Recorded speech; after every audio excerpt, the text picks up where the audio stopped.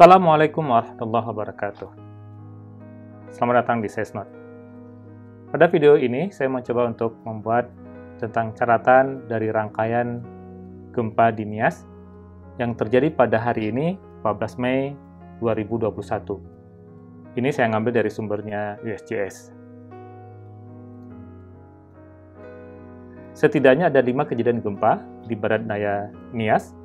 Ini berdasarkan sumber dari USGS yang terjadi pada tanggal 14 Mei 2021. Ini adalah gempa yang terjadi 6,6 hari ini, kedalaman 10 km, terjadi pada pukul 13:33 waktu Indonesia bagian Barat.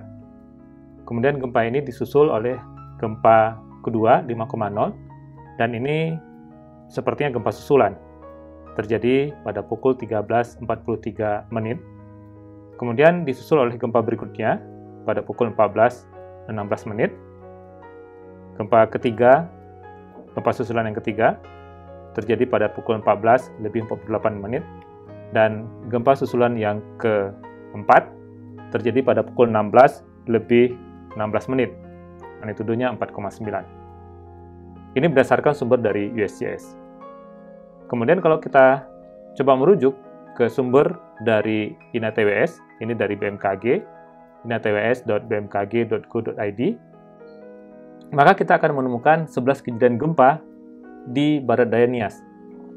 Tentu di sini termasuk gempa yang terjadi pada pukul 1:30 tadi, 6,7, berdasarkan sumber dari BMKG. Pertama adalah gempa 6,7, berikutnya 5,1, 4,5, 5,0, 4,0, 3,9, 4,6, magnitudonya 3,9, magnitudo 4,0 berikutnya, kemudian magnitudo 5,2, dan magnitudo 3,5. Gempa ini diawali dengan gempa utama 6,7. Namun, pada menit-menit awal kejadian gempa, BMKG merilis bahwa magnitudo gempa ini 7,2, kedalaman 19 km.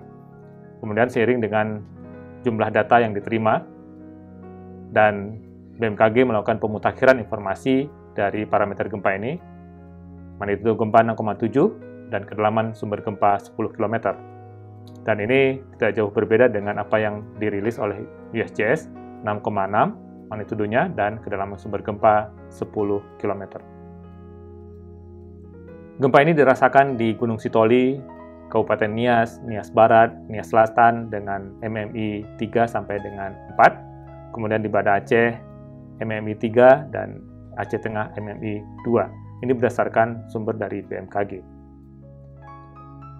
Mekanisme gempa ini adalah sesar turun, dan gempa ini terjadi bukan pada bidang kontak tumbukan atau bukan pada bidang kontak antara pertemuan dua buah lempeng, yaitu antara lempeng Australia, Indo-Australia, dan lempeng Eurasia.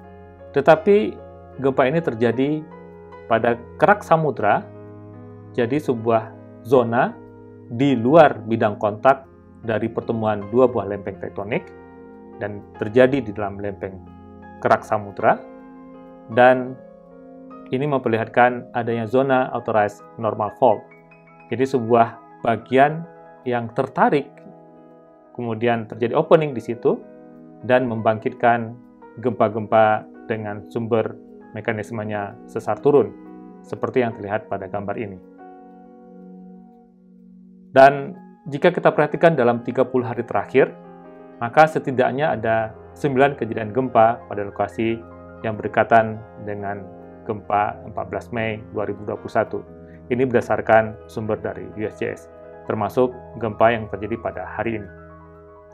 Dan secara regional, kita bisa melihat bahwa bagian barat Sumatera atau bagian pantai barat Sumatera itu memperlihatkan seismisitas atau kegempaan yang relatif tinggi, sehingga menjadi penting bagi kita untuk memahami potensi dan memperkuat mitigasi. Terima kasih.